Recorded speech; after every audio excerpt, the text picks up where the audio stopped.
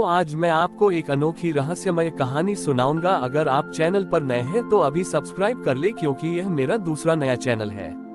तथा कहानी पूरा देखे, अंत में एक अनोखा रहस्य छुपा है। धन्यवाद। तो सुनिए। प्राचीन भारत में मंगलगढ़ नामक एक राज्य था। इस राज्य की राजधानी में धर्मशिला नाम की एक अत्यंत धार्मिक और ज्ञानी महिला रहती थी। वह एक कुशल शिल्पी की पत्नी थी जिसका नाम सौम्य था। धर्मशिला का मानना था कि किसी भी धार्मिक कर्म का केवल भौतिक लाभ नहीं, बल्कि उसका आध्यात्मिक महत्व भी समझना चाहिए। ये धर्मशिला का तीसरा करवा चौथ था। वह अन्य स्त्रियों की तरह उत्साह से व्रत की तैयारी कर रही थी। गांव की स्त्रियां करवा माता की पूजा के 3 मुख्य आयामों की चर्चा कर रही थी। तारांकन, पति की लंबी आयु दीर्घायु कामना। तारांकन, सुख समृद्धि धन और वैभव। तारांकन, अखंड सौभाग्य वैवाहिक बंधन की अटूटता। किंतु धर्मशिला का मन इन 3 आयामों से संतुष्ट नहीं था। उसने रात भर चिंतन किया और महसूस किया कि किसी भी महान व्रत का एक चौथा और सबसे महत्वपूर्ण आयाम होना चाहिए। करवा चौथ के दिन जब वह पूजा की सामग्री लेकर बैठी तो उसने करवा माता से मन ही मन प्रार्थना की, हे माता, मेरा व्रत स्वीकार करो, परंतु मुझे व्रत का चौथा आयाम समझने का ज्ञान दो। मेरा व्रत केवल मेरे सौभाग्य के लिए नहीं, बल्कि परमार्थ के लिए हो। शाम को जब चंद्रमा उदय होने वाला था, धर्मशिला ने अपनी पूजा की थाली तैयार की। तभी एक विचित्र घटना घटी। एक वृद्ध सन्यासी जो अत्यंत थके हुए और प्यासे लग रहे थे, धर्मशिला के घर के द्वार पर आकर खड़े हो गए। सन्यासी के चेहरे पर दिव्य तेज था, परंतु उनकी दशा दयनीय थी। सन्यासी ने क्षीण स्वर में कहा, पुत्री, मैं मीलों की यात्रा से आया हूँ और मेरी प्यास मेरी तपस्या को तोड़ रही है। यदि तुम मुझे एक घूंट जल दे सको तो मेरे प्राण बच जाएंगे। धर्मशिला ने चौंक कर घड़ी की ओर देखा। चंद्रमा बस उदय होने ही वाला था और वह स्वयं निर्जला व्रत पर थी। यदि वह सन्यासी को जल देती तो उसका करवा चौथ का व्रत टूट जाता। गांव की स्त्रियां उसे ताना मारती और कहती कि उसने अपना सौभाग्य दांव पर लगा दिया। धर्मशिला एक पल के लिए असमंजस में पड़ गई। उसके सामने उसका व्यक्तिगत व्रत था और दूसरी ओर मानव धर्म। उसने गहरी सांस ली और बिना किसी संकोच के पूजा के लिए रखे कलश से जल निकाला और सन्यासी को अर्पित कर दिया।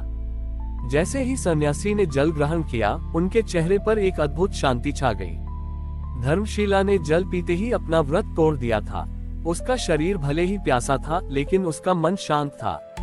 सन्यासी ने जल पिया और मुस्कुराते हुए कहा, पुत्री धर्मशिला, तुमने आज व्रत का चौथा आयाम जान लिया है।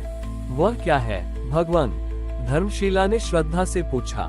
सन्यासी ने उत्तर दिया, व्रत का चौथा आयाम है निस्वार्थ त्याग और परमार्थ। पति की दीर्घायु, सुख और सौभाग्य केवल तब तक महत्वपूर्ण है जब तक वे तुम्हें इस त्याग के मार्ग पर चलने में सहायता करते हैं।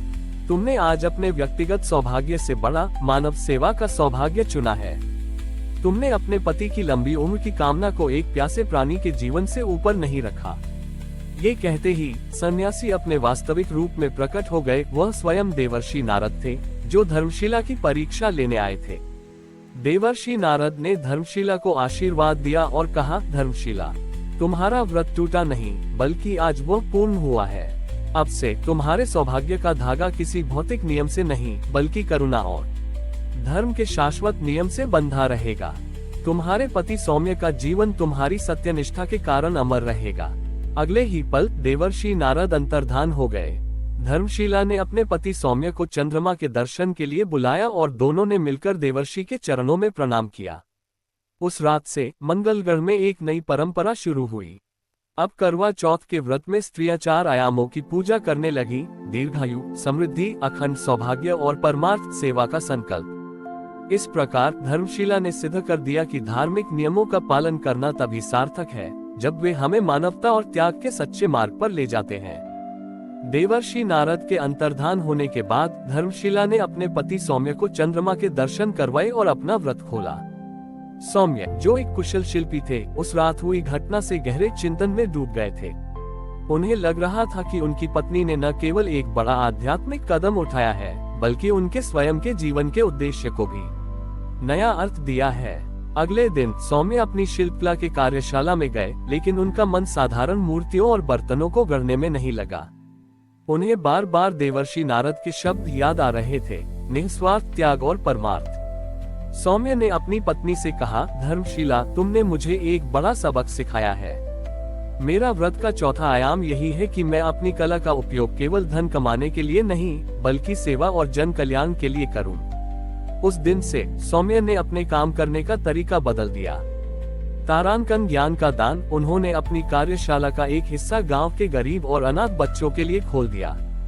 उन्होंने उन्हें मुफ्त में शिल्पकला और जीवन कौशल सिखाना शुरू किया ताकि वे स्वयं सम्मानजनक जीवन जी सकें। तारांकन सेवा की कला उन्होंने मिट्टी के सुंदर और मजबूत घड़े, करवे और बर्तन बनाना शुरू किया, जिन पर उन्होंने करुणा और सेवा के महत्व को दर्शाने वाली कलाकृतियां उकेरी। ये बर्तन उन्होंने बाजार में बेचने के बजाय गांव के सबसे गरीब परिवारों को निःशुल्क वितरित किए।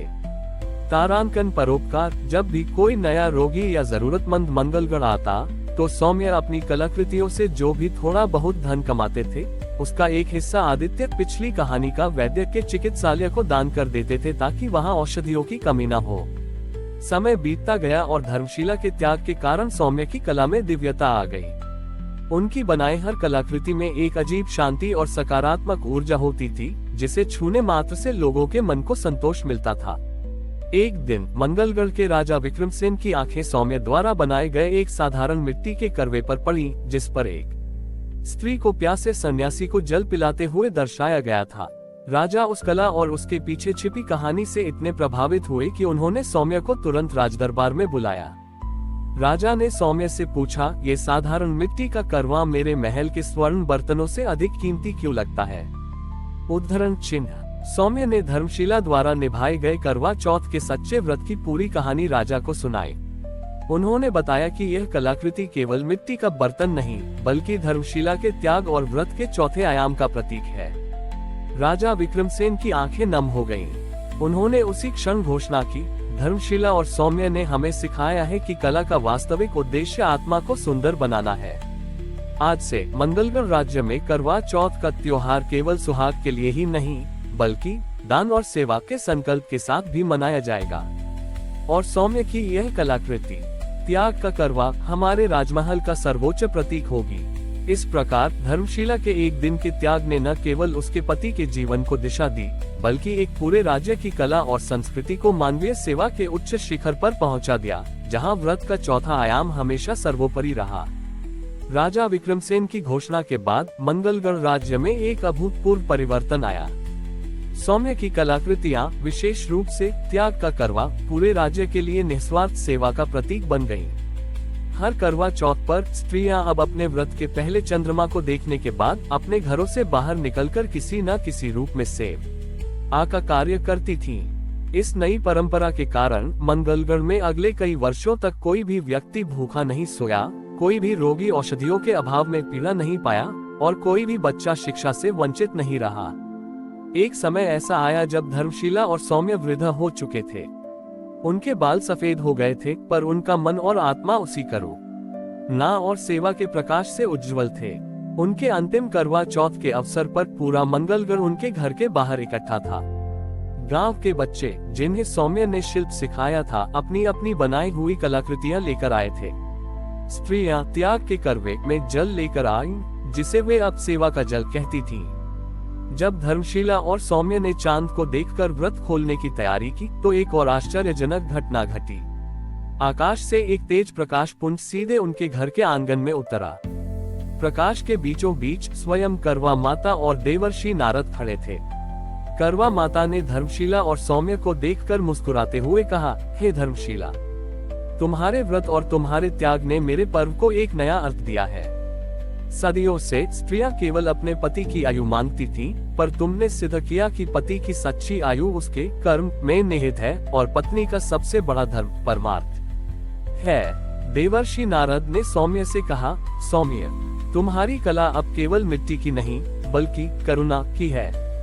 तुमने अपनी पत्नी के त्याग को अपने जीवन का आधार बनाकर संसार को सिखाया है कि गृहस्थ जीवन केवल भोग का नहीं, बल्कि योग और सेवा का भी मार्ग है।